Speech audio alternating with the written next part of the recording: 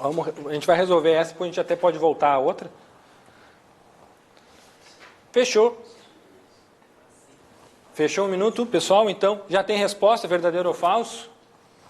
Essa aqui tem várias dicas, né? Vários indicativos para poder analisar ela. A gente já falou, então, sobre isso, né? Mas vamos ver todos os pontos e identificar aqui o que está certo, o que está errado e por que está certo e por que está errado.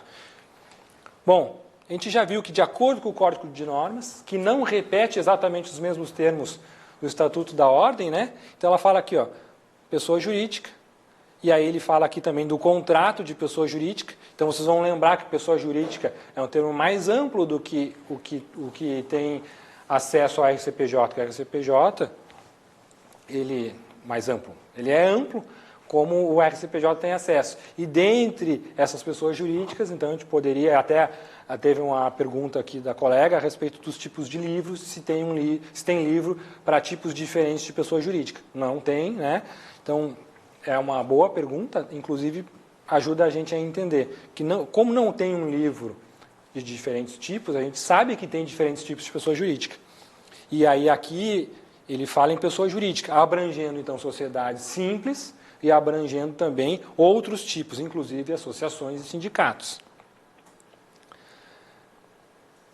E aí ele fala aqui na forma da lei as associações sem fins lucrativos. Então já começa a especificar um pouco mais o enunciado, né? E que constituído sobre a forma de microempresa e empresa de pequeno porte. Vocês também viram que não é incompatível a constituição ou a adoção de microempresa e empresa de pequeno porte por associação. Por quê? Porque é tratamento tributário e não classificação de pessoa jurídica. Então vocês já viram aqui que tem vários indicativos, né? Então é falso. Ainda mais se considerar o enunciado como redação do Código de Normas. Embora até na prática, e de acordo com toda a legislação, ela possa ser verdadeira. Pegaram a ideia? Entenderam? Chegaram a entender? Alguém não entendeu? Não, como assim pode ser verdadeiro, mas se ela é falsa? Está no enunciado, né? Bom, retornando aqui, rapidinho. Então aqui, errado porque fala firmado pelo apresentante. Não, a prática de pessoa jurídica é pelo representante. Aqui, representante, sempre com firma reconhecida, quase certa, né, de acordo com... E aí, essa questão até daria a possibilidade de anulação, porque ele não estipula que se é pelo Código de Normas, se é pela lei civil, etc. A princípio, quase certa, pelo representante, sempre com firma reconhecida. E a gente poderia dizer, é sempre porque é a analogia do 1150 é esse mesmo. E aí, mas é analogia. Mas aqui em Santa Catarina, como já tem essa decisão que inclusive alterou o Código de Normas, está errado. Mas o enunciado não traz se é de acordo com o Código de Normas ou de acordo com o Código Civil. Princípio, é errado. Vocês estão fazendo concurso para Santa Catarina, né? Então, fazendo concurso para Santa Catarina, tem que pensar como Santa Catarina. Lembrem do partido político, né? Quando falar capital, em Santa Catarina a resposta é errada. Se falar capital federal, bom, aí sim, aí é diferente. E se vocês estivessem fazendo concurso no Distrito Federal e mencionassem só capital, então, errado. Princípio errado. É dispensado o reconhecimento de firma para a prática de registro de pessoa jurídica, errado também. Porque a pessoa jurídica, sociedade simples, que está aqui dentro, precisa.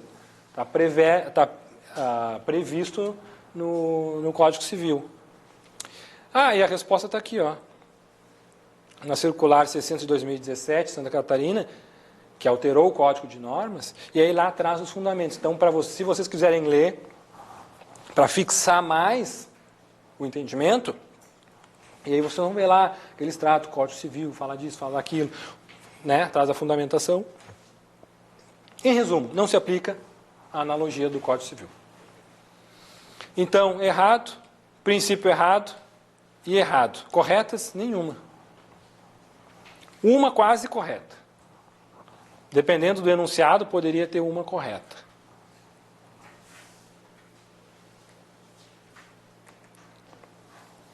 Aqui, então, a gente já viu, né? Vamos avançar com conteúdo. Ah, tá. A resposta, então, Lei Complementar 123, né, lei do Super Simples, que não é, vou repetir aqui, não é uma lei na seus, sei lá, vários artigos, ela não traz uma classificação de pessoa jurídica, ela não traz uma estipulação de tipo de sociedade. É, em regra, tratamento diferenciado. Ela até aborda a respeito de EPP e ME, isso é até importante lembrar a respeito da denominação, que essa parte na Lei Complementar 123,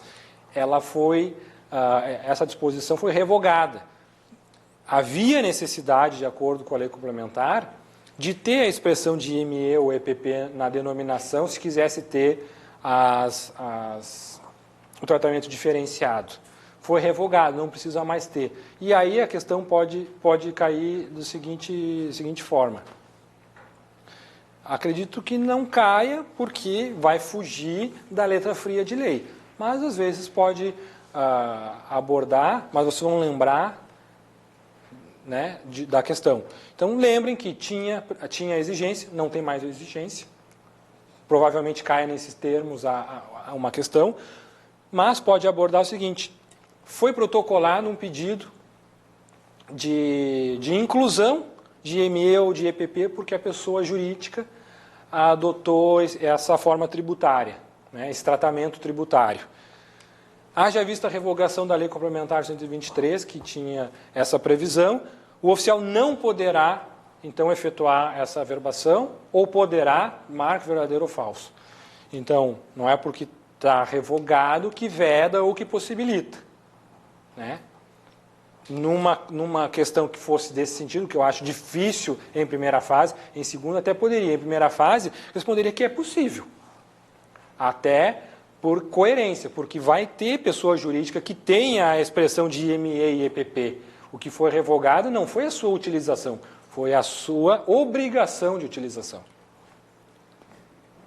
A Lei Complementar 123, ela é boa para a gente entender um pouco e ajudar a diferenciar a sociedade simples, ou a simples limitada. Tá? Vocês vão entender e vocês vão ver que ela não trata disso. Ela trata de tratamento diferenciado. E lá vão trazer, vai ter a regra, se não me engano, no 3A ou 3B, terceiro A ou terceiro B do artigo, traz algumas vantagens, alguns tratamentos diferenciados que se aplicam ao RCPJ. Mas isso é tema para a explanação aí de segunda fase.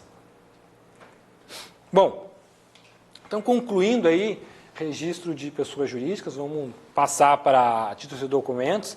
À tarde a gente até pode voltar e reforçar, vamos ver se vai sobrar tempo, se não vai sobrar tempo. A gente pode até voltar e reforçar mais alguns itens de pessoas jurídicas e o entendimento, né, do Código de Normas com relação à legislação federal. E lembrem, né, então vocês estão alertas dessas redações do Código de Normas que podem nos levar a erro, né, e de acordo com o enunciado da questão.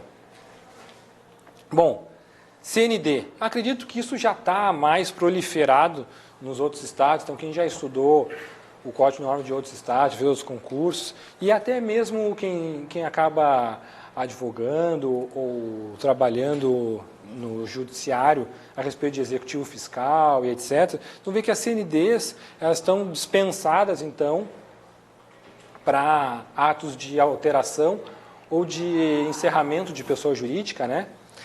Bom a gente lembrar aqui, e vocês vão ver que cai na primeira fase, questões relacionadas, e isso é um tema que quem não conhece bem está procurando até hoje as respostas do concurso do Rio Grande do Sul a respeito de documentos de pessoas jurídicas. Se não me engano, teve 8 ou 9, acho que 9 questões de títulos e documentos de pessoas jurídicas no Rio Grande do Sul.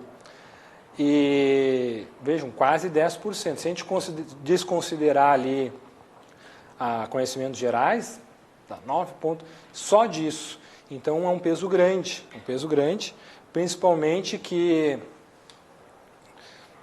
tende a cair mais ou menos esse número de questões aqui no Estado. Sei, acredito que sim, talvez não.